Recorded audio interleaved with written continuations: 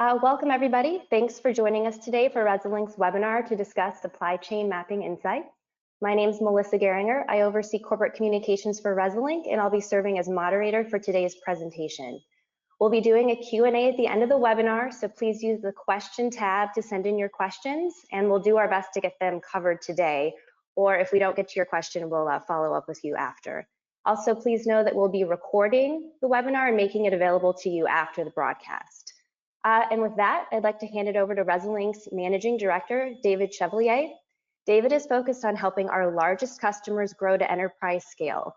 David's background includes 14 years at IBM, one of the early executives at Dell, and managing field operations at Aruba, Juniper, and Brocade.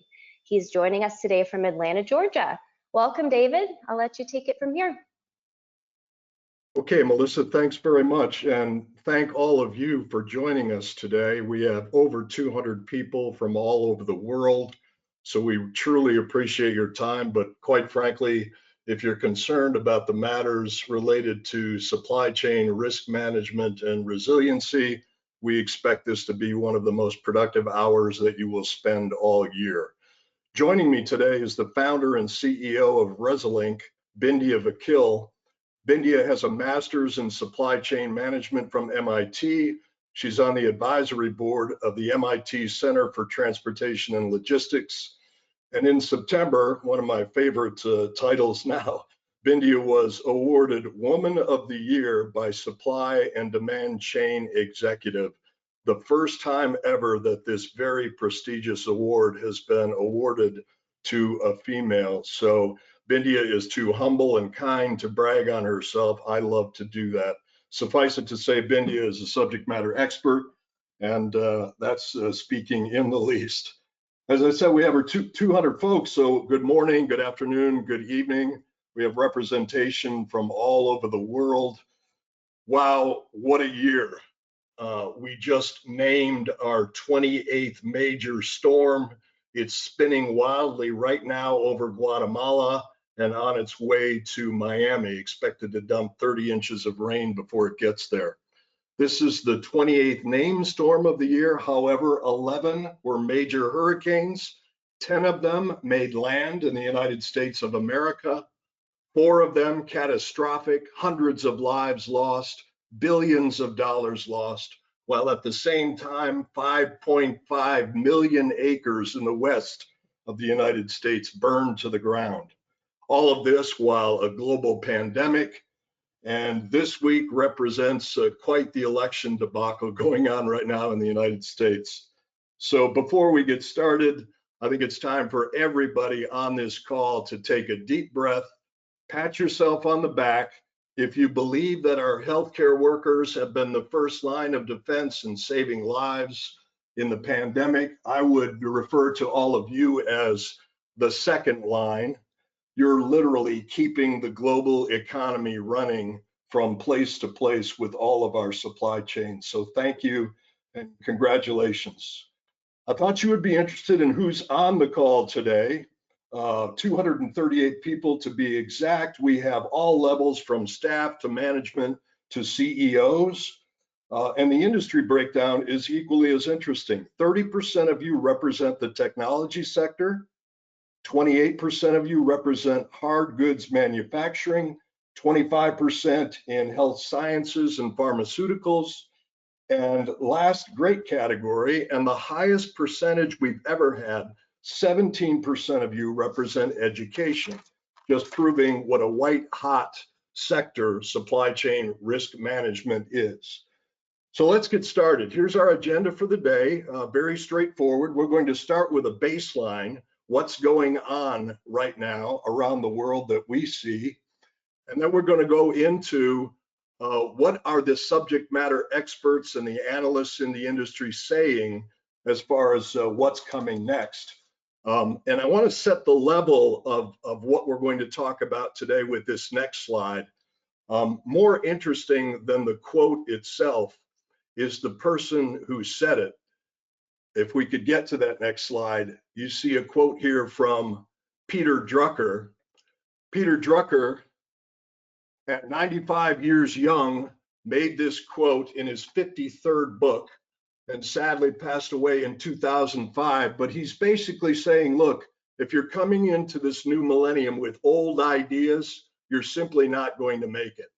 So that's setting the tone for today. We're going to talk about new leading edge ideas. And frankly, you're going to see some technology here that's fairly riveting.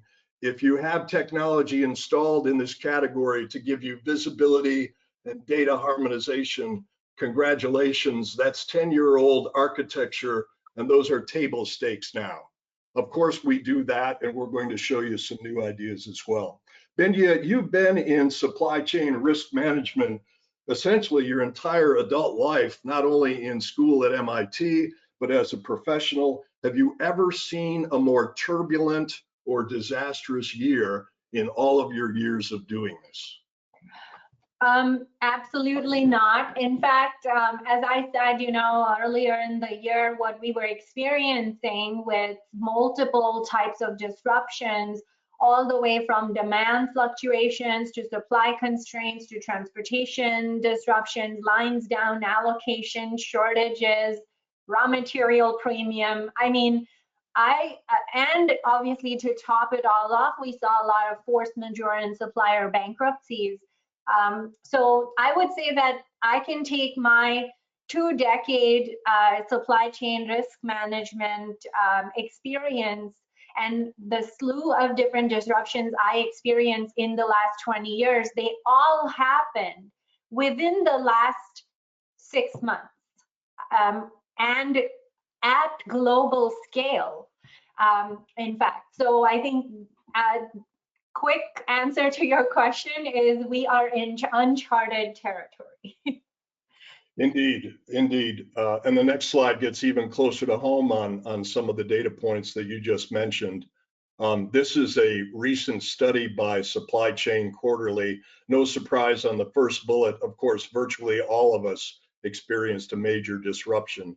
I want to kind of zone in on 60% turning away from globalization to localization.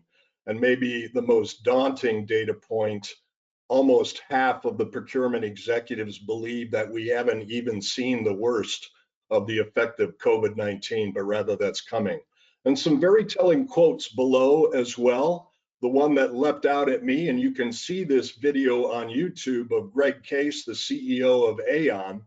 Supply chain risk management used to be an afterthought. Now it's front and center. He goes on to say, we have buildings of actuaries that do risk assessment on our clients' buildings and plants catching fire, yet we do virtually nothing as it relates to business continuity, revenue protection, and supply chain risk management. That is all changing in the here and now at Aon. We're delighted to say. But Bindya, I want to get you to kind of open up on the data point 60% turning away from globalization. Can one effectively do that without knowing where their suppliers are and what the alternatives are relative to even geography, let alone connections amongst them? So that's a great question. In fact, we hear this a lot right now. We hear reshoring and nearshoring are all things that strategies that companies and senior executives are looking at. Unfortunately, I will say that it's simply not that easy to move a global supply chain around, because as you will see in the next few slides, we will show you how different countries are players in that global supply chain. It's not just a question of one region or one country. Suppliers today are spread in 50, 60. In fact, in the ResilienC system, we have suppliers across 165 countries, where companies are taking advantage of different proximity to other types of suppliers or similar suppliers, proximity to customer base. So there are many different reasons why companies choose to locate factories in different parts of the world. So it's not something that you can really shift quickly, and it all really starts with mapping, and we'll talk about why and how. But the idea that we can just suddenly make an ad hoc decision to pick up this factory from this country and put it in that country without really understanding the interdependencies of who are the suppliers into that factory and what is the so localized supply chain in that region, it's impossible to make those decisions without first having a good idea of what the end-to-end supply chain looks like. Indeed, it reminds me of a discussion I had last week with an automobile executive. He said, David, we don't even know where all of our suppliers are. Now, there's 30,000 parts in the average car. And that was just a startling comment for him. And he said, when it comes to localization, really don't know what our alternatives are right now. But and frankly, everybody on this call has probably owned one of their cars in the past. So a major auto corporation struggling through these times of supply chain mapping. And then getting to the next slide, now we're right on the ground with the day-to-day difficulties. What you're looking at, it's an eye test, of course, but this is a mapping of 1 week of activity. I believe this is the week before last, in the events that took place globally that affected supply chain. Overall, 142 events, everything from fires and force majeure to political unrest, strikes and riots, you name it, it's captured here. But Bindia, comment, if you will, for a moment on the breadth and depth of what we're looking at right now and the effect on our day-to-day business continuity. Yeah, this is a very scary view when you look at a week in the life of a supply chain practitioner. This is almost like we have left the house to go to a destination and something has gone incredibly wrong along the way and we're just heading into that without really knowing because we're driving blindly into disaster. This view shows us that the supply chain on a day-to-day basis is experiencing many different changes. And I don't want to use the word events or disruptions because not everything is disruptive. Like, for example, leadership transition, that's a slow moving strategy change at a supplier. And sometimes that might trigger some massive, activity like strategic business sale or mergers and acquisition or spin-off. So it's really important to kind of be in the loop on all of these things because these are early warning signs of some massive changes that are coming your way. But the bottom line is when you look at this 1 week view on an annualized basis, in a given year, Resilink sends out about 38 different pieces of news and alerts and various types of events that have some supply chain relevance, some relevance to supply chain disruption. It could be a recall, it could be a lawsuit against a supplier, a profit warning, cyber attack, so many different things. But look at factory fire alone, and this is something consistent. In a given year, we see anywhere from 300 to 350 factory fires. And this is something ever since we started tracking factory fires in 2012, we have seen this and we were shocked. So a lot of times we think that we're working on this capacity issue at a supplier or one supplier has delayed a purchase order to us, but the root cause of that is a factory fire that happened a few weeks ago. Right now, many of you are dealing with the aftermath of the Asahi factory fire in the high-tech automotive and some other industries. And it's a very interesting use case because this is obviously now in public domain, but this is a critical supplier that does supply into some of your crystals and oscillator suppliers. And so it's a critical direct supplier, but in many of your industries, this will be a critical tier 2 or tier 3 supplier into your supply chain. And so if you're not aware that this event happened, you might not realize that a tier 1 might be about to delay a delivery or push out POs or increase lead times on you because one of their critical suppliers has had this massive disruption. Yes, indeed. In fact, in the conversation I mentioned with the auto executive, he said, David, we're protected from the Asahi fire because our fuel filters are made in Taiwan. And then rapidly backpedaled because he found out that the componentry in the fuel filter was made in that very plant.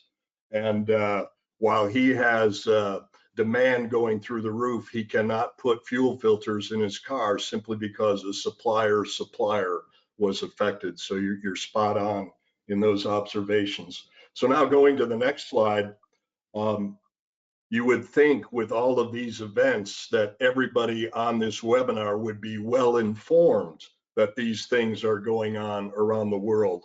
So now we're tying together all the data points that you've seen to this point, when in reality, only about 20% of the disruptions that take place are viewed on mainstream media. And one really has to do some searching to find out how it affects their individual supply chain and their suppliers through multi-tiers. Bindia, how could we use technology as it relates to the data on this chart where I can't get at the information? I need to understand what's going on at my suppliers. Is there some way that you could help our audience? Yeah, so this is where AI comes in, right? So as you noted, David, we have day jobs, we have a life. We're not absorbing every piece of news that has relevance to our professional life on a minute by minute, second by second basis. And if we tried to do that, we wouldn't do anything else. This is a classic use case for leveraging artificial intelligence and machine learning. This is what Resilink does. We have created a very advanced algorithm that watches for keywords in the news, that scans for things that might have supply chain relevance and flags those to our customers, and it does it in 100+ languages. Now, the value of this is, like we said earlier, your supply chain is in more than 160 countries. There are news that get reported often in local language. Media, sometimes it gets reported on Weibo or social media. In fact, COVID, which was first picked up by Resilink's AI on December 28th, when the local Wuhan government notified local hospitals to be on the lookout for unknown pattern of pneumonia. And so we notified our customers once we saw the buzz go up in social media in China over the new year. We notified our customers on January 4th about this event. So this is where AI can definitely come in and give you that early warning system that can trigger some very unique and very proactive evaluation, analysis, collaboration, and action, so that you're not left holding the bag when the world has already moved on. Now you're hitting this disruption about 3 to 4 weeks too late. So this really gives you that early handle. That's so important. Yeah, well stated. And now moving on, we're talking about the here and now on this next visual.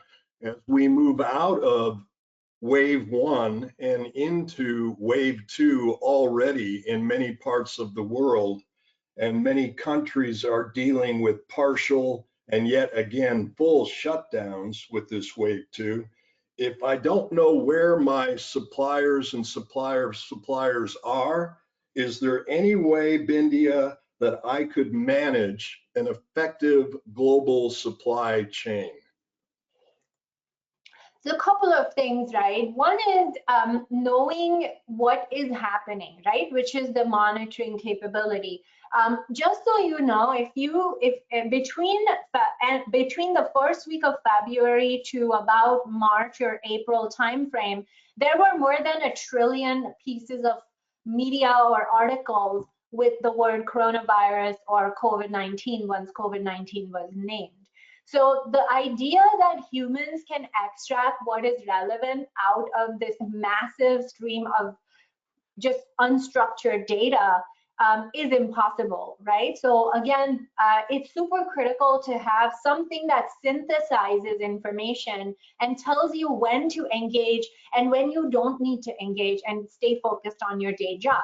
Now, as we hit this second phase, what we're seeing is that the global supply chain is starting to see that second wave really hit. The good news is while we are seeing another uptick in suppliers confirming impact due to the new lockdowns and things reimposed, a lot of us, what we went through in the first quarter, where we were really trying to figure this information out. Hey, this has hit South Korea. This has now gone to Italy. This has now gone to Spain. What suppliers are in this region? And everything was a war room. Everything was a worksheet exercise where we were creating manual spreadsheets. The good news is we did that work. Now, as we hit the second wave, a lot of things have been figured out. Are we an essential business or not? Are our suppliers classified as essential business or not? So that work should definitely be leverageable for this wave, as we are now starting to hit that second wave across the world, and it is spreading and expected to grow. So make sure that the work you did is not sitting in some Excel spreadsheet somewhere in some SharePoint or somebody's work. Worst case, it's in someone's laptop and that person could have already left your company. This was a key corporate asset. You worked very hard in the first wave to really put this data set together. Let's put it to good use now. So to answer your question, David, supply chain mapping is absolutely the foundation for us to manage not just this second wave, but any event. Now, you mentioned at the start, there's a tropical storm.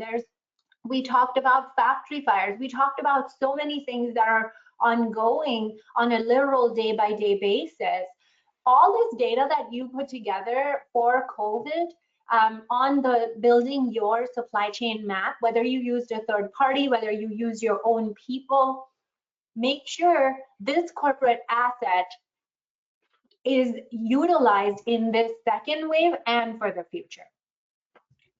Yes, and as our subject matter expert, Bindia, Supply Chain Quarterly tends to agree with you, they say that mapping is the fundamental cornerstone of an effective supply chain risk management system. That's worth repeating. Mapping is the fundamental cornerstone. And they go on to say you cannot have an effective supply chain risk management system installed without it. So worth noting. And this is just Europe, which, as if this wasn't daunting enough, if we move on to the next snapshot, we're now looking at Asia. And I think a lot of the people on this webinar may make the error that if I'm shipping from Asia, I think that means China. And I can speak for myself, having been in what we would call at Juniper, Brocade, even IBM, the sheet metal business, because things are built in Sichuan, Shanghai, and Beijing. That's not necessarily true for all of the people on the webinar right now. So if you could speak to that just for a moment, Bindia, I think that's a near fatal error to think that it's all coming from China.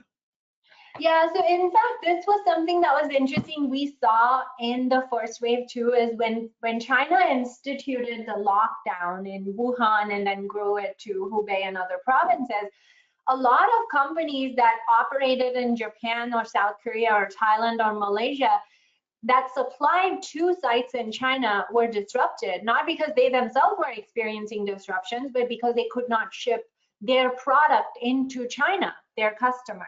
So this is something I think that a lot of times we forget, that the supply chain is interconnected.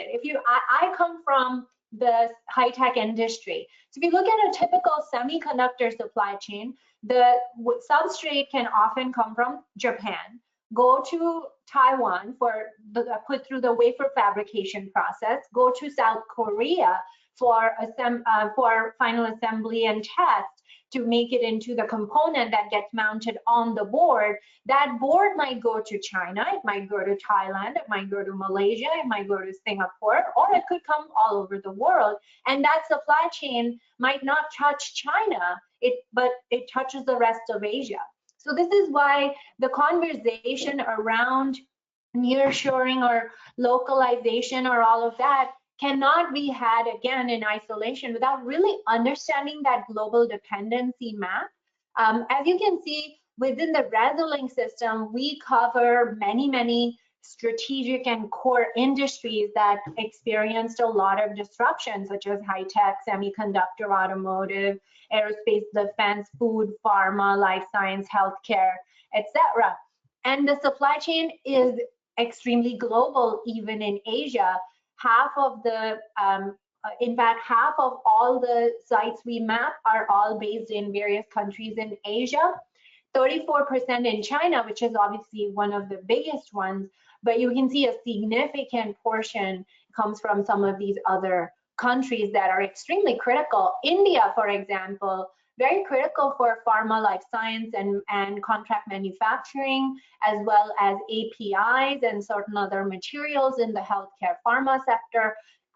Obviously, we saw tons of disruption out of Italy, Germany, France, and Spain, because in the pharma healthcare sector, because of the lockdowns that were imposed there. So the idea is that the global supply chain is extremely interconnected.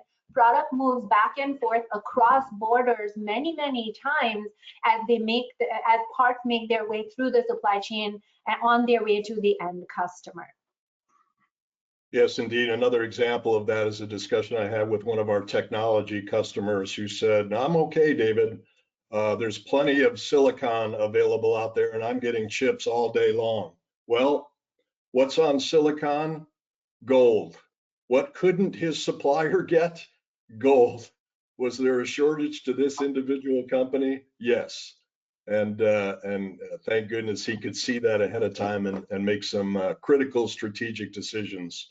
I guess if we move on to the next slide here, we're shifting gears. Would you agree, Bindia, that it's really all about real-time, high quality and accurate data? In fact, maybe even on your smartphone, that would be kind of cool. So I'm going to ask you, Bindia, to take front and center on the next several slides and walk our audience through the technology alternatives that are available to them today.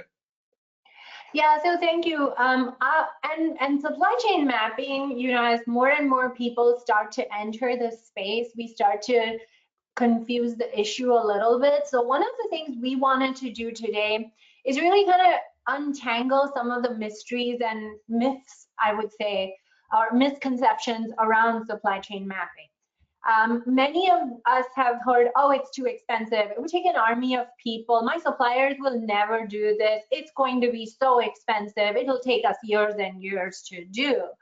And what's the point if we only map 30% of our supply chain and we can't map the 70%, then it's all wasted effort. And I've also heard another good one, which is, oh, if even one of my suppliers doesn't, then, you know, I have to do everything manually anyways. So there are many reasons not to do supply chain mapping, or why people have decided not to go try it. We obviously, Resolink, we provide supply chain mapping capabilities. We started this in 2010. Over the last decade, we have demonstrated all of those are myths, and we have dispelled them. The way we look at it is that when you have 50% of your supply chain map, it is 50% glass half full visibility that you did not have until you went through this effort. No, mapping does not take a year or more to do. And yes, mapping does need to be refreshed on an annual basis. The way Resolink solved some of these problems, and I have to take a quick moment to talk about that, because why I started this company, the way we launched this platform, was that when I experienced doing mapping in-house in my previous experience was we were building this in-house. We were doing it in a one-off way, making our suppliers do this effort for tens of thousands of parts and sub-tiers. And it was incredibly manual for them to do this. So I started ResLink because I said, you know, there has to be a way that suppliers can put their information in a single platform and allow many customers access to it over time. So it's not public information, but it is permissioned data. So the supplier decides what they will map and who they will share it with, right? So it's all within the supplier's control. And then between ResLink and our customers, we work with the supplier, understand their concerns, their objections, and we work them out. And over the last 10 years, we have onboarded more than 120,000 suppliers across the industries we cover. Now, obviously, in the high-tech industry, we've mapped more than 99% of that supply chain 3 tiers deep because we've been mapping that industry and updating it and refreshing the data for a decade now.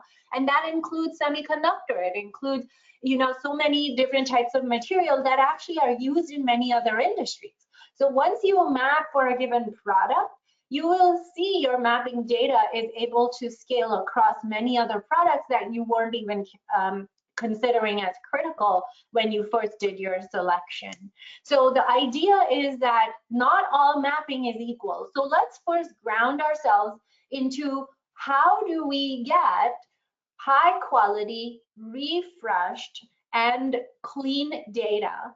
And what are some ways that companies today are thinking about doing supply chain mapping, and how is ResLink doing it that has worked so well for us over the last 10 years? So this is, I will be clear, this is not a sales pitch. This is more, hey, these are lessons learned from the trenches of the different ways that supply chain mapping can be done. And what we have learned working with many, many suppliers and hundreds of customers over the years, to get not only get the data the first time, but 5 years later to have a program that is updating and refreshing and keeping this program alive and thriving through many, many, many disruptions. So the first thing here is what we call the autonomous. So there are many companies out there that are saying, oh, you know, I actually saw a very slick demo the other day from this one company. They pulled up Apple's supply chain and said, you know, I can show you Apple's tier 2 and Apple's tier 3 supply chain and Apple's tier 4 supply chain. And it's all based on all this public domain data, right? And it looked amazing to me because I know what is and what isn't really available in public domain. I'm able to sort of dispel through the, you know, confusing information and really get to the core of it. Your supply chain is not Apple. Your supply chain is some no-name company in China, some mom and pop shop in Germany. Sometimes they don't even have a website. These are the companies that ResLink is able to map, right? How are we doing that? It's not from public data because again, public data is non-existent. Sometimes they don't even have an English website. Your suppliers are these unique players, and we're engaging with them directly, asking them questions about their supply chains and getting information about, tell us where your sites are located. Where do you do your manufacturing? Where are your warehouses? Where are your DC locations, right? Sometimes they don't have any of their own factories. They entirely use third-party contract manufacturers, subcontractors, warehousing that is owned by third-party DCs that are owned by their 3PL. They have zero supply chain footprint of their own. We're able to get them to share that information by engaging with them through our platform and asking them to share this information with our customers. Again, the idea is that once the supplier does this work and says, hey, I'm a company, I have 2 factories in this part of China, this part of Malaysia, these 2 warehouses and DCs, and I use this third party, etc., I'm able to quickly turn around and share that data as a supplier with the next customer who comes on and asks for it without having to restate and replicate. And then 2 years later, if I now am working with another subcontractor or have moved my factory or have gotten a new DC or changed a DC location, I just have to update it. And with one effort, 3 to 5 customers could be satisfied. So the idea that I can just get all this data from public domain and I can get very slick demos where you see a supplier that is a very well-known public company and you can see 3 tiers into their supply chain, that is not the type of mapping that our customers are interested in. That generates a ton of unnecessary data that you then have to sift through all that noise and waste a bunch of time, because someone like BASF may be over 100 sites, or Amphenol, these are very large companies. They may have so many sites in so many countries. They don't all support your parts, the ones you buy. So the other thing is we actually engage with our customers, get the parts that they consider critical, and work with the supplier to map the parts that our customers buy to the sites that make, store, or distribute them. Now, this is where the myth comes in about, oh, this is going to be a multi-year army of people effort. This is where also prioritization comes in. So one of the things we would do is we would work with our customers to segment their suppliers and say, for this segment of suppliers, if I have their sites and their warehouse and DC locations, that's goodness. You know, I'm able to switch from supplier A to supplier B. These are all my dual or multi-source parts. I don't need all the end tier data. Good enough. Where you have single source suppliers, we do recommend knowing sites and sub-tiers because these are suppliers you're counting on. And then when you have your top revenue products, where you have no choice, these are your single source, sole source parts that go into your bread and butter products. If one of those parts were disrupted, that would knock down billions of dollars, hundreds of millions of dollars of your own revenue. That is where we recommend making a prioritized effort to get down to part site mapping, get down to sub-tier information, work with the supplier collaboratively, and keep in mind sometimes these will not be your highest spend suppliers. In fact, in 80% of the cases, we have seen that part site and sub-tier mapping is actually needed on your lower spend suppliers for single and sole source parts or custom or semi-custom parts that aren't easy to replace, but they are the highest spend, right? So this is where your category managers are not paying too much attention. They're too focused on the high spend stuff. Work with Resilink or work with some third party that can help you really get down and understand that supply chain deeply and thoroughly, because that is where risk comes in. And one last point on this slide, when it comes to risk, it's all about revenue impact. We sometimes make this mistake of segmenting our supply chain too much on the spend side, but you need every part to ship a product, which means low spend, single source, sole source parts, super critical. Knowing which supplier site products and parts are affected is very important. Take the case of one of our customers who is a semiconductor company, hundreds of suppliers that they have been mapping every year, refreshing the data on an annual basis, going down to part and site level, having a very robust process to risk score all of those supplier sites and parts. As soon as we notified about the first alert on COVID, it took them a few minutes to get down to exactly which suppliers, which sites, which parts were potentially affected.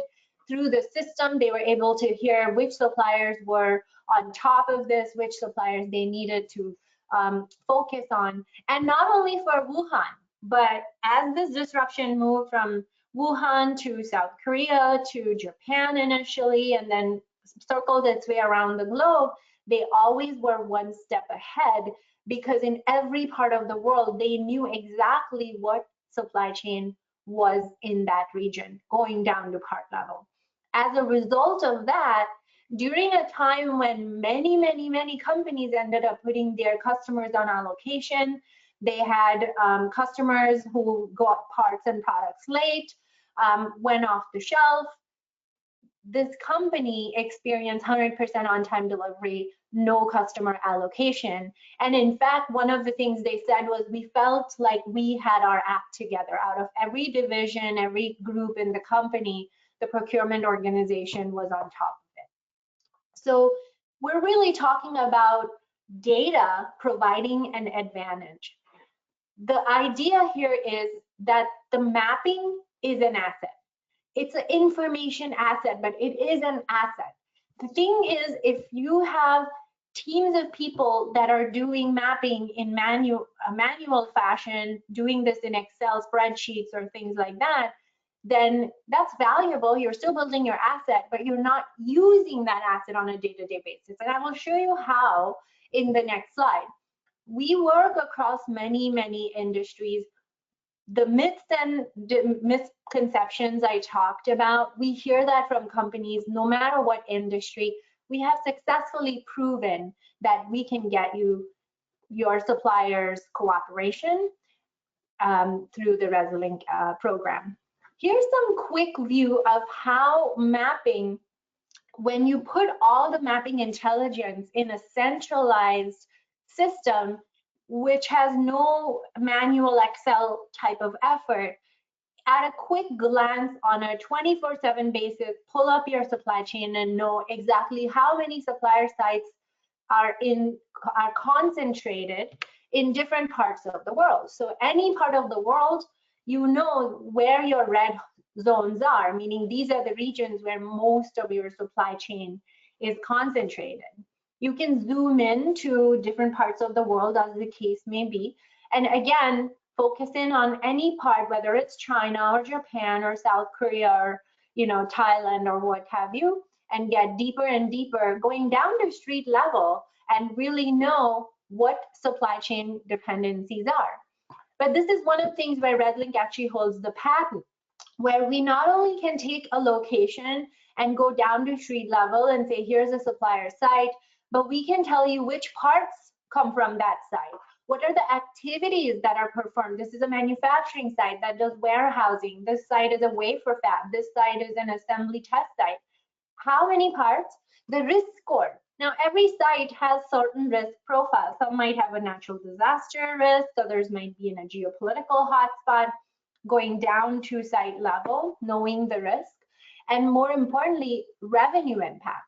Hey, if this site were to be disrupted, these 10 parts that I buy from this location affect $35 million in revenue that could not be shipped because the site went down.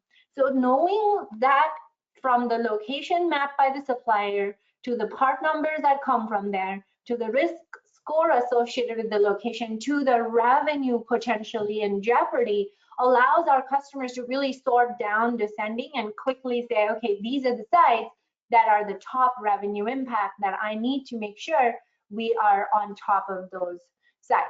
So just coming back to another way that this data can be visualized in a very powerful way is one of the other things we talked about were all these events that happen literally on a day-to-day basis. One of the things we do is we draw these orange regions, we geofence events. And we have 10 years of event geofencing history going back to 2010. Every hurricane that happened in the last 10 years, we drew its path. Every flood, every earthquake, everything that happens 24/7, we can now overlay that event data with the site data and say, we have a hurricane simulator, for example, in ResilienC that says, here's your global supply chain, and these are all the hurricanes we know have happened. And so these are your sites that are most at risk for hurricanes. And now your organization can build a hurricane playbook, assign action items, and set your criteria and your thresholds for when those actions need to be triggered. But think about doing that if all your mapping data is sitting in Excel spreadsheets in SharePoint. It is not being put to good use. Whereas in the ResilienC system, we're allowing our customers to really leverage this data on a day-to-day basis to do event management. Another quick way that we visualize global supply chain in ResLink is this type of a network mesh. Once the supplier provides their tier 2, so this is, in this case, is a tier 1 supplier who has provided their second tier suppliers, we're able to now provide this type of a network visualization that says this company is connected to this company, these are some subcontractors. But obviously you can see there are some red spots, so the data is automatically analyzed and it showcases here which tier 2 suppliers are used by 10 or more tier 1s. So these are your sub-tier failure points. Now, on an ongoing basis, again, instead of trying to manually sift through data, our customers are able to put this data to good use on an event-by-event basis. In this case, one of our customers called the tier 1 supplier because they knew there was a tier 2 supplier in a flood evacuation zone, got the parts. And the tier 1 supplier in that case did not even know that their supplier was disrupted. This is how powerful mapping can be. So when you look at supply chain risk management, there are really two workflows that mapping powers. The first one is the reactive workflow. Event happens. How quickly could you detect it? How quickly did you analyze how that event affects your suppliers, your parts? How quickly did you engage and collaborate with your suppliers to confirm impact? And then did you have autonomous tools and playbooks that got triggered to help you manage that? The second workflow is proactive. Hey, what does my global supply chain look like? Where are the red spots, whether it's a geographic footprint, second tier failure point, your highest risk supplier sites or parts? And again, set your prioritized list and say, out of the 40,000 parts, out of which 20,000 are single source, these are the top 1,000 single source, highest revenue impact, difficult to replace parts where we will have a mitigation approach. Now, the mitigation does not always need to be second sourcing because, as many of us in direct procurement know, that's not even possible sometimes. But having a collaborative discussion with the supplier who is supplying a high revenue impacting single sourced part to better understand their supply chain, set some SLAs on how quickly to mitigate, collect business continuity plan information from them is incredibly valuable when you do it proactively versus doing it during an event. So I think this is my last one or two things to mention. One is that we have talked about a quick few things. Supply chain visibility, and we call it digitalization, right? Ultimately, what are we doing? We're taking this data, this knowledge that people know that sits in their laptops, in their heads, and we're digitalizing it, putting it in a central repository so we can put it to good use on an ongoing basis for really understanding our supply chain strategically, making design decisions that are long-term, like nearshoring and reshoring, etc., or supply performance improvement, on an ongoing basis, helping the supplier improve their price, lead time, and delivery performance. Ultimately, the idea is to protect supply continuity. And when we say supply continuity, we're really saying we want to meet our customer needs 100% of the time, right?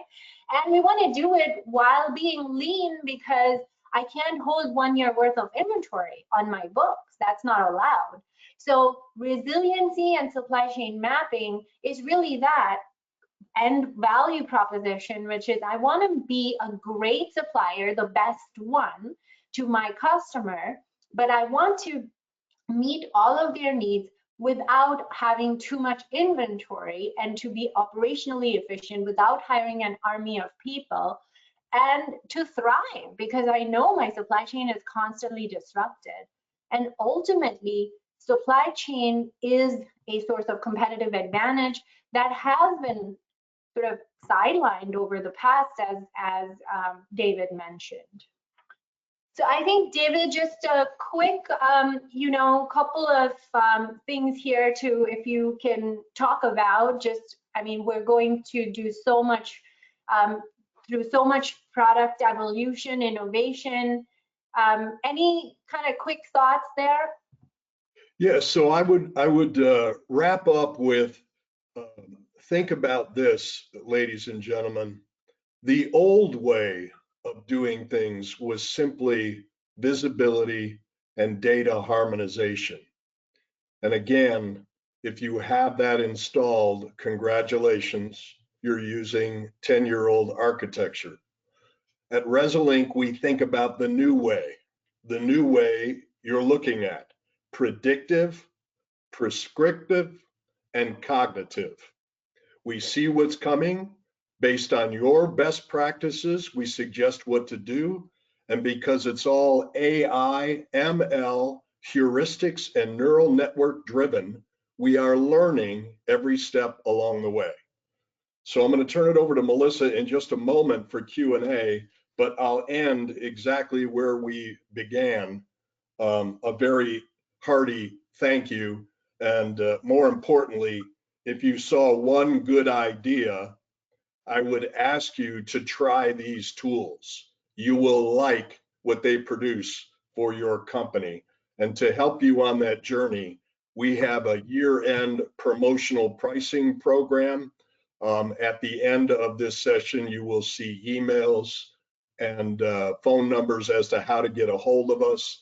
It includes the technology you saw today, mapping and event watching, and you'll be happy that you tried both of them. And Bindia, it looks like you want to cover one more thing here. Absolutely. So as David said, it's an exciting time to be at Resilink. We are building on 10 years worth of expertise in supply chain mapping, event monitoring, and risk management. We are on our supply chain mapping redesign 3.0 this year, not 1.0, not 0.1, 3.0. So we are farthest along in the industry. We're also launching some very exciting predictive analytics capabilities where our AI that we have built and successfully tested on customer data is now predicting when supplier deliveries will be late. We're also in the process of launching our price predictor, where we have a commodity market intelligence system that we have built using deep learning and decision framework methodologies to really predict when events that we are monitoring and news that we are watching for Event Watch have some predictive insight that can help us predict price going up or down, or constraints on supply that might come up. The idea is for Resilink to become more and more prescriptive so that our customers don't have to sift through a lot of data, but they can take the AI can take all of the information from public domain, from supplier provided, from the customer's own ERP and PO history and performance, and synthesize it and give recommendations and suggestions to the users. Do this, do that, to be best in class. So very exciting roadmap. Please join us to learn more. We have a few other resources I think that might be very valuable. For example, I'll let Melissa introduce the annual report, but I personally am very excited about the November 18th webinar. Yossi Shafi, who is on his third book on supply chain risk, which I told him last October when I saw him at a conference, that he has a third book in him on risk.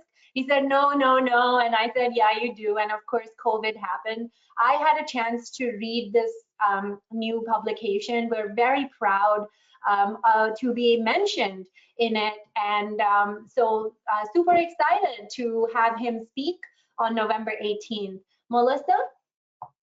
Sure, thanks, Bindia. Great job, you guys. And just to follow up on the November 18th webinar, we'll be sending out an email with information on that later today, so be on the lookout for that. And our annual report, as Bindia mentioned, So that's titled The Road to Supply Chain Resiliency, and it includes our Event Watch global disruption data, executive perspectives on supply chain risk management, and then we included some data insights and learnings through Q2 of 2020. So that's available for download on our website, on our homepage, and also our blog. We did have some questions come in, so thanks to those who submitted. So I'm going to go ahead and start with those. The first one was, will strategies like China Plus One or risk mitigation in sourcing play a major role in a more sustainable development of global trade and have a positive impact on supply chain? Yeah, I'll take that one. Absolutely. As it relates to new projects, we see a lot of companies really looking broader than China, which historically we would have just gone by default to China, whereas now I think more companies will look at other alternatives. I think the key is, again, to keep an eye on, when we narrowly say nearshoring or localization, I think the key thing is to really look at other countries that are out there that have really strong supplier footprint in those locations as well, rather than just look at reshoring in isolation. But absolutely, looking at a China Plus One strategy makes us more resilient at the end of the day. It reduces our dependence on any one region, but recognize that there is no risk-free location, unfortunately, as Resilience data shows. Super, thank you. All right, next question. How specifically do you collect the supply chain data? Do the supply chain players have some interest in or incentive to provide the data? Yes, great question. I'll take that one, David. So the incentive the number one thing is we collect this information in collaboration with our customers. So we're providing a standard methodology, a format that we know works, because we have successfully leveraged this for more than 10 years now in collecting this information from the suppliers, going down to part and sub-tier level. Suppliers often will do it because they understand this is a leadership imperative on part of their customer. And secondly, from Resilience side, one of the things we do is when an event happens close to one of the supplier's facility, we will alert the supplier about it. And suppliers do not pay to use our mobile app. Suppliers have their own portal, which allows them to visualize and analyze their own supply chain for free, as well as collaborate with customers through our Slack type of collaboration center with their customers, as well as within the company, again, for free. So there's a tremendous amount of software capability, including mobile app and monitoring, that the suppliers get. Because the idea, our whole vision is that our customers cannot be resilient in isolation. They are part of the network, and our goal is to make the suppliers at least aware of the times that their supply chain has a disruption, so that they can be better prepared and better suppliers to our customers. Super, thank you. And I know we're at the top of the hour, but I've got a couple more questions. So thanks everybody for hanging on a couple minutes. Next one was, how can Resilink help companies avoid or at least better manage potential risks during the new product development process and the related sourcing activities for the new products? Great question. This is a key area of passion for me. I call it design for resiliency. See, the point of design, this is when you are designing in the headaches of the future, right? You're picking parts, you're picking suppliers, you're making manufacturing site location decisions, you're making you're writing contracts, setting SLAs and things like that with your supplier. These decisions at design just determine how that product will perform, how that supply chain will perform in the years to come. So design for resiliency is very critical. Having a seat at the table in those decisions is absolutely phenomenal if you can do it, and you should be doing it, because that's also where you have the most leverage with your suppliers. The supplier wants to be designed into your product of the future. So you will be able to give them the visibility expectations and make that part of, set your expectations about, hey, within 24 hours of an event, you have to confirm impact. If within 48 hours, you have to tell us how long the duration of the impact will be. It all happens the most successfully at design. Super, thank you. Next question, do you have capability to define critical parts from a large set of parts? Absolutely. So two things that we do for critical parts is, one is obviously we have our revenue impact methodology. So we have an automated way. If you have 40,000 parts and you have 5,000 products, ResilienC automatically tells you which parts have the highest impact to business because of how many products they go into, or how many, what is the impact to revenue if you lose that part. So that's one. And the second is all of the risk scores. So the parts risk score for the supplier is inherited by the part. The financial score of the supplier is inherited by the part. The sites where this part goes through manufacturing, warehousing, etc., might have natural disaster, geopolitical, macroeconomic risk. Those get inherited by the part. So at a part level, ResilienC is able to provide a very well-rounded picture of the impact to business of losing that part, as well as the potential vulnerability or risk that you have exposure to. Great, thank you. And I'm going to wrap it up with this last question because I think it's a good one for forward looking. Is the COVID-19 a black swan event for ResilienC? Bindia, I know you've called it the black swan of black swan events.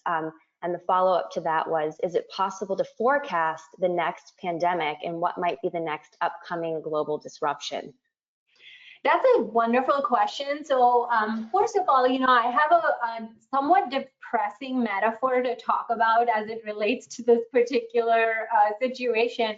It's like when you see how the staff functions in and in the place where in the emergency response room at a hospital, the ambulance pulls up, the staff does not panic. They know where to go, what to do. Whether it's one ambulance that pulls up or 20, the staff knows. They have a process they are following. They are trained properly. They don't panic, and it's a very robust, well-run system. And the reason I talk about that is because every event is an opportunity to learn and hone that process for the future.